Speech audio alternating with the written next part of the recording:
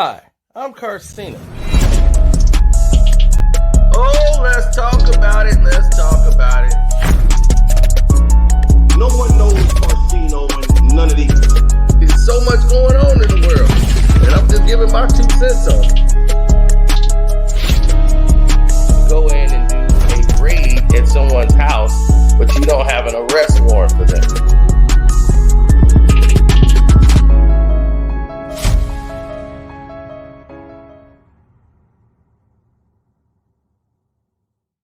Woo!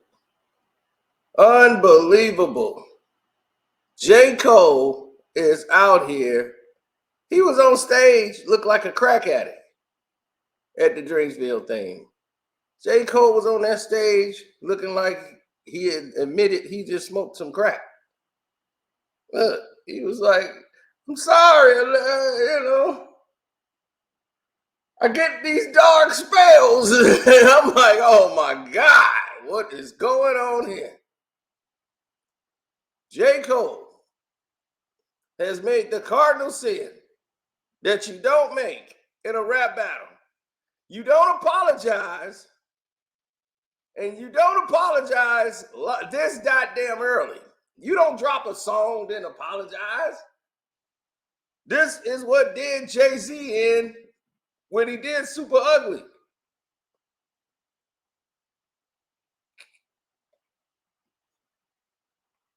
He drops the song, goes on stage and said, this don't sit right with my soul.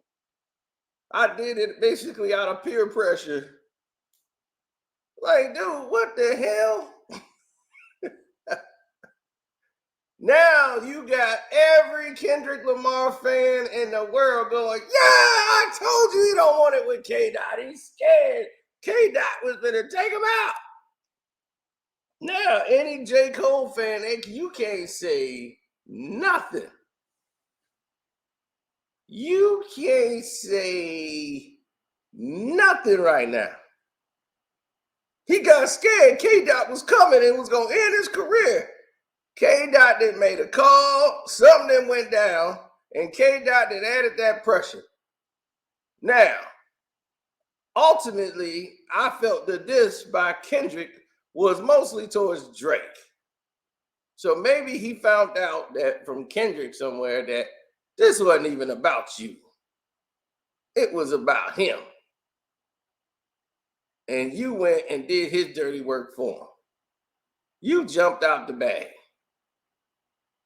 And Drake sat back and just said nothing and let you do all the talking. You did all the rapping, all the yapping and all that. And now you out here with mixed feelings. It is a mess. Now, as far as rap beefs goes, King Kendrick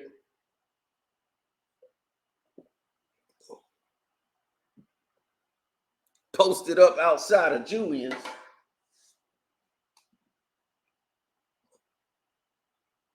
Oh, when he made King Kunta, that was my song. So when he did this, posted up outside of Julian's, I was like, Kendrick! Now,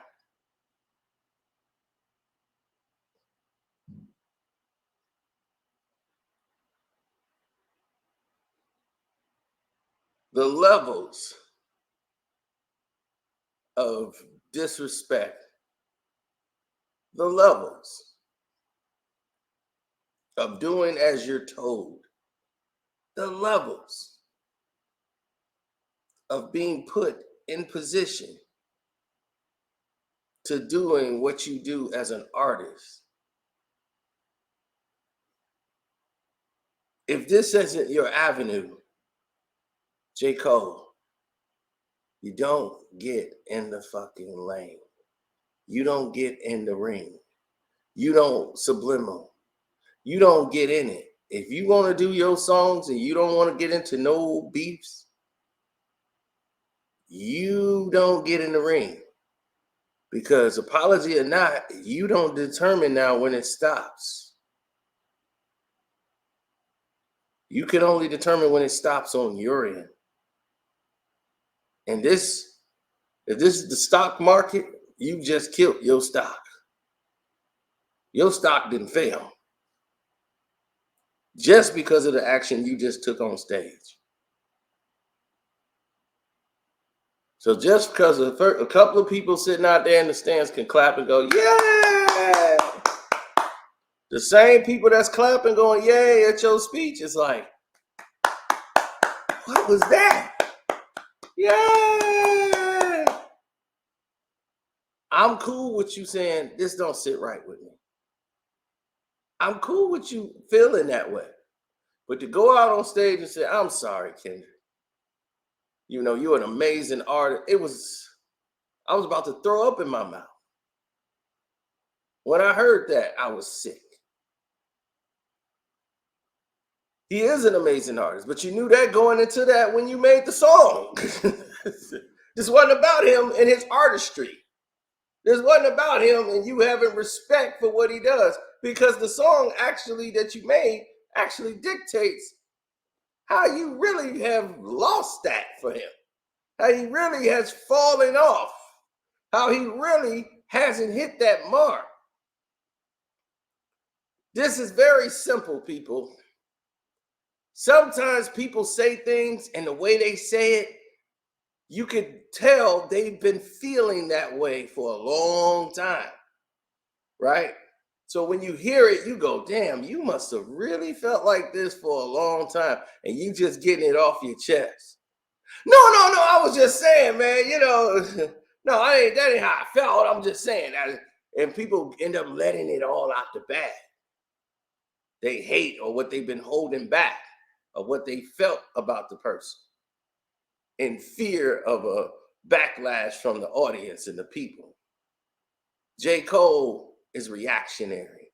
He actually reads the comment sections. He actually goes on Twitter and see what's happening. And he let all of y'all beat him. All y'all Kendrick Lamar fans, y'all won the battle. Y'all won the rap battle. He saw how all y'all were hating on him and turning against him, and they was like, oh, this song sucks. This is subpar. Oh, this is nothing. This was weak. All y'all Kendrick fans start turning on J. Cole, and all of a sudden, it was all this hate mail towards the song. And he was like, oh, I didn't want this kind of energy. He was hoping to get nothing but praises. Now, if all those people were cheering for the song, you would have got your rap battle. This would have continued with no apology. Now he wants all y'all to love him again. He wants Kendrick fans to love him again. Because all of y'all loved him until this happened. Now y'all gonna be back. Well, he know Kendrick's the man. See, you can't fault J. Cole for that. At least J. Cole know his place, man. He cool, he'll be number 2. But he gotta know Kendrick number 1, man. See, that's what I keep trying to tell y'all. This game, man, it's not for the faint of heart, man. You think Pac would have apologized to Big? No. He knew Biggie had nothing to do with his shooting, but did he apologize? No. Hell, I don't think he's ever apologized to them. He would never go into.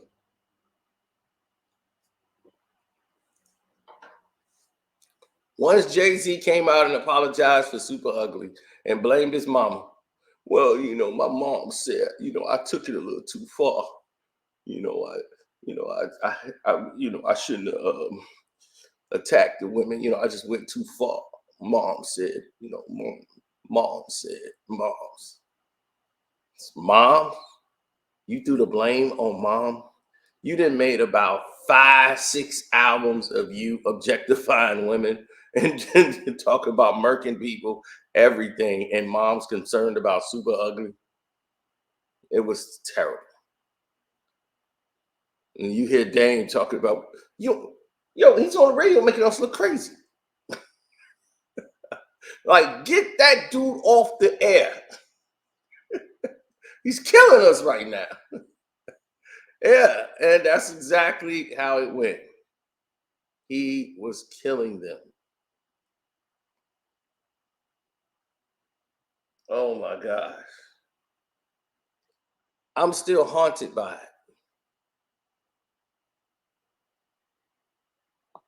I really am. I'm haunted by what happened. None of it set right with me.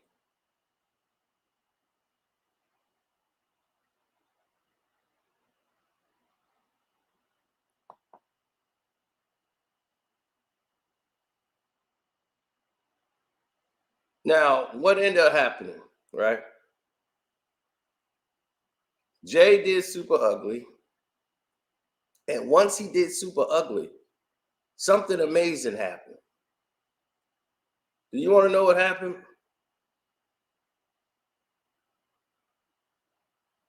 He continued to diss Nas.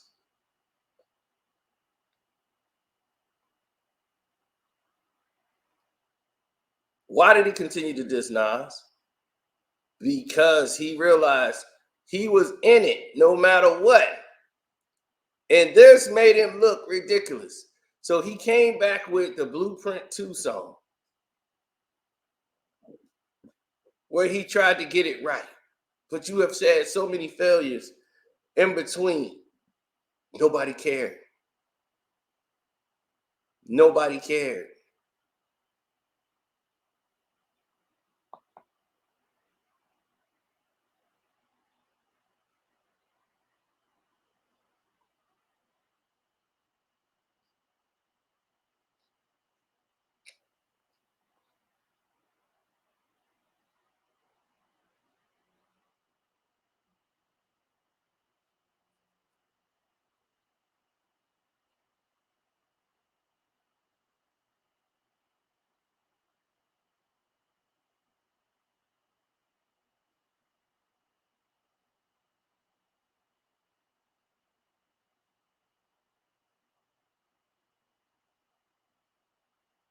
Well, it's quite obvious that when you're put in a position to do something, others have to fill that void.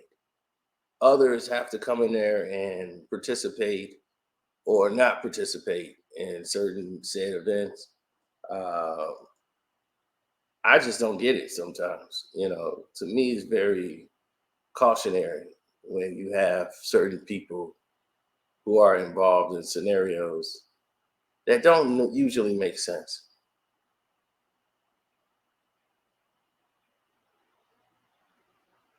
You have people that want to see others succeed while others are proud and happy that they failed. J.Cole is an artist who can make music and take the reins and make songs, but remember, he had a song said that he's the what? Middle child.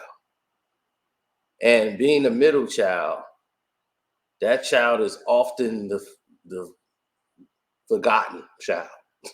They don't get the attention as the baby or the firstborn. They are in the middle and they feel neglected. So they never want to take that lead of first. Most middle children don't want to take the leap to be the head or the lead. They're comfortable being in the middle. And that's where J. Cole wants. He wants to be in the middle.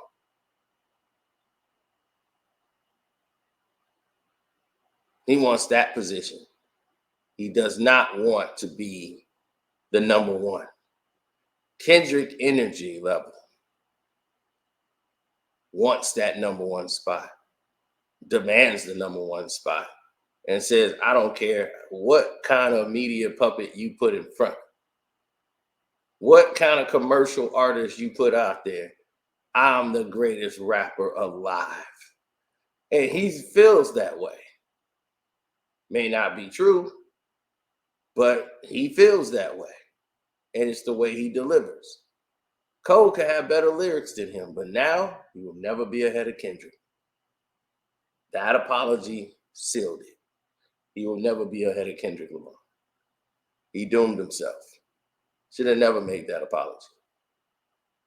He made himself look really bad.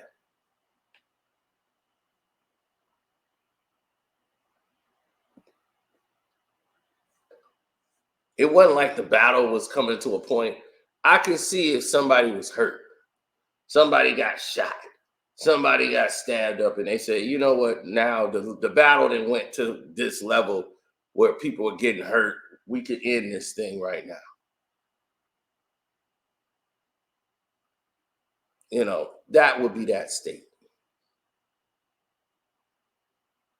Because that's where Eminem was at when he made Toy Soldiers. He wanted to get away from the beef with Ja Rule.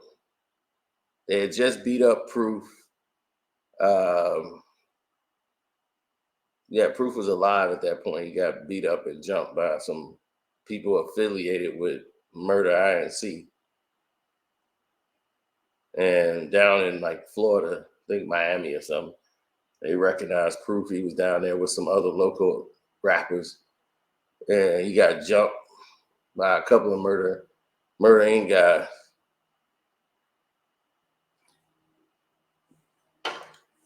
Ja Rule bragged about it on the song.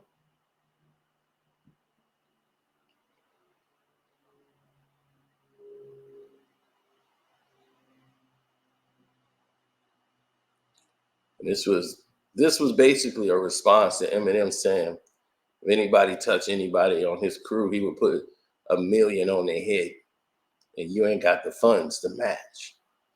So when he said that, you know, they put it to test.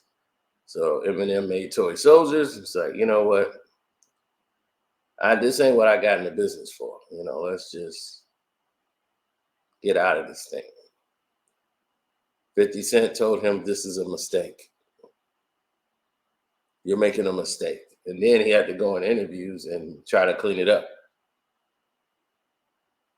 Yeah, I know on Toy Soldiers I said I was done, but that's not the position I'm taking. It's like, then what is the position?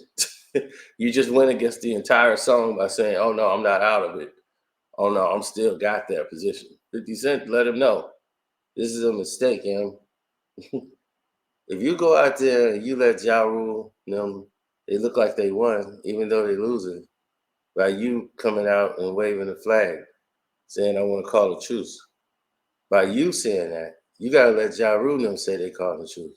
You don't come out and say you saying the truth. Now you keeping them relevant. Now it look like they won.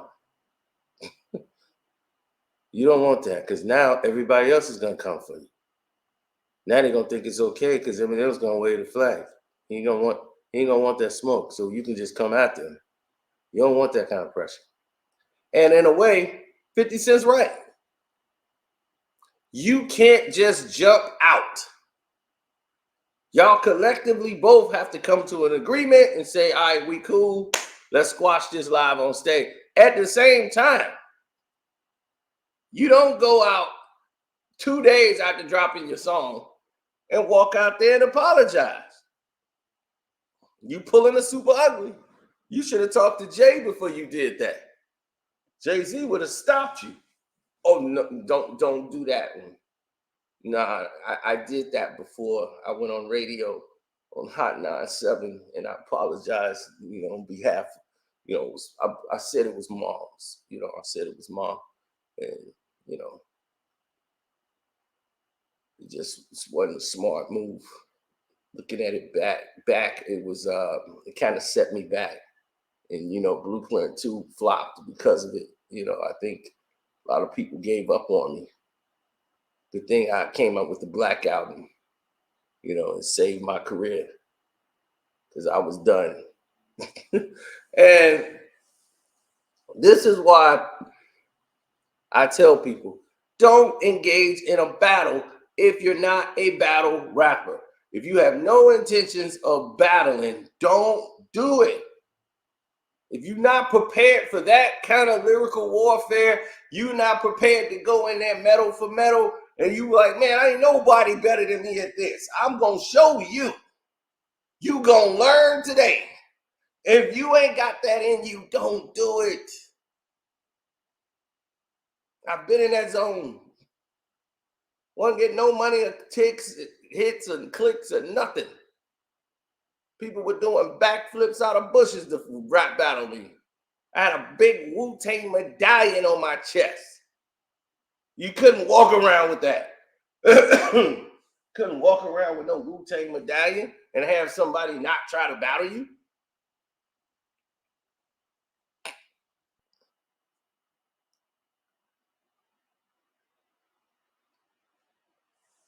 People were coming, and I had to be ready at all times.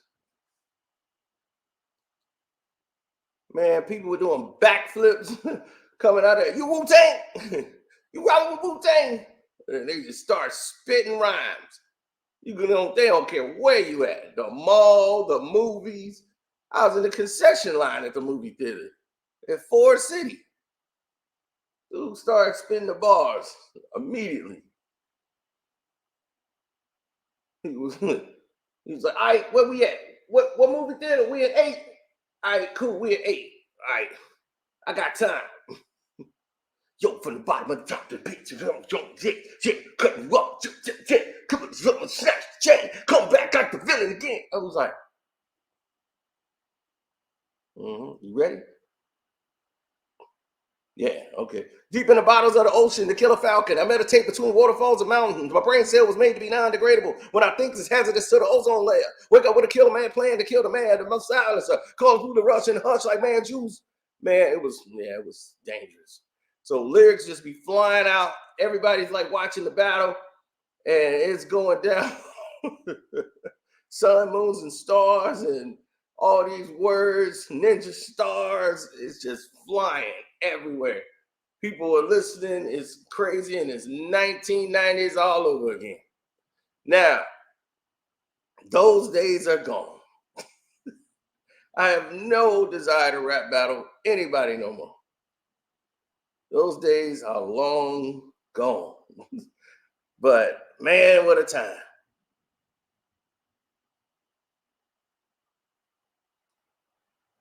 Well, I never carried myself as an MC. I didn't go out, yo, man, I'm gonna battle, man. I'm gonna take these dudes apart. I'm gonna do this, I'm gonna do that. Yo, let's go, man. I didn't do that. I didn't even like the way my voice sounded, but when they play it back on the tape, I'm like, I don't like the way my voice sounds this rap. I'll just write the rhymes. And that's what I was doing.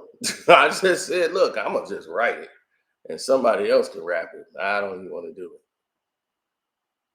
And before my man got smoked, that's what I was just doing, making little money on the side, just writing him a rap. He was like, man, can you write a rap for him? I'm like, let me hear the beat that you made. I made a hook right to the beat. That's like, tell them to rap it just like this on that beat. And man, I wish I knew, remember what was the group. Like I was like, I didn't even know the group. I'd never met the group, didn't know anything about them. I wrote that damn rhyme, and then he played the video with the rap. And I was like, yep, I wrote that. And it was like, they turned the video, it was like, they was like in a room, like they got on suits. It's like they had a party, they got champagne. I'm like, this is not the rap. I mean, the rap don't go nothing like this. And I was never thinking about this when I wrote it. I was like, is they white? I was like, these white rappers? What the hell? That dude's white. Is this guy Hispanic? Because I'm like, I don't even, what is happening here? I'm like, all right, just give me my money. Just give me my money. I'm good. So that's how that went, man. I wish I remember that group's name. Gosh. Rest in peace, Ant, man. Damn sure didn't deserve to die like that. That was absolutely tragic. He decided to go into making videos as well as doing beats for people. He's one of the reasons how I knew how the business worked with the music.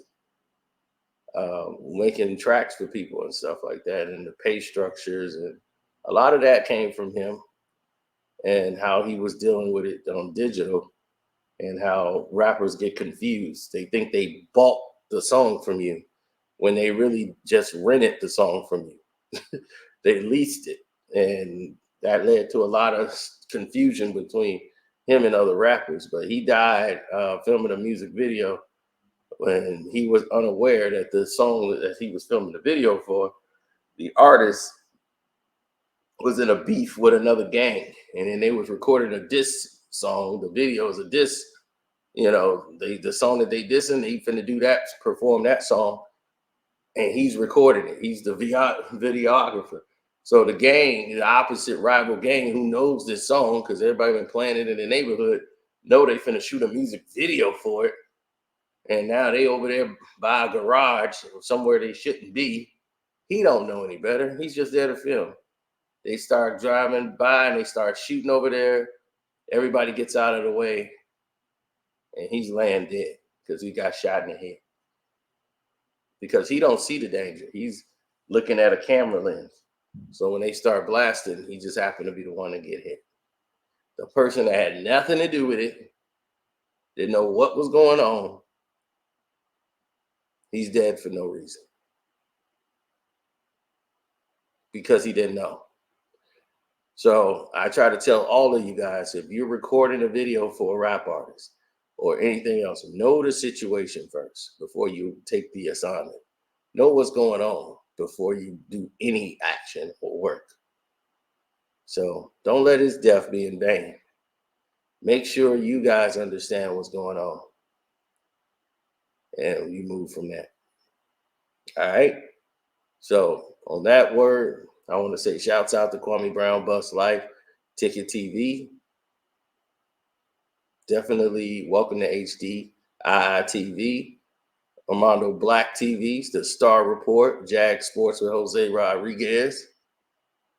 And I want to say thank you guys for supporting my page, and those who went to the Patreon. Don't forget, we will be exposing Beyonce's ghostwriter on the Patreon today. So make sure you're paying attention to that. All the VIP people, y'all finna find out what's going on. It's your boy.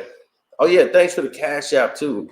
I woke up to the Cash App because somebody couldn't donate on the live stream, and they donated on the Cash App. I appreciated that. And everybody who leaving super chats, God bless you. And I'm out. Oh yeah, you can subscribe here if y'all new. Any new people showed up? Hi. Please subscribe.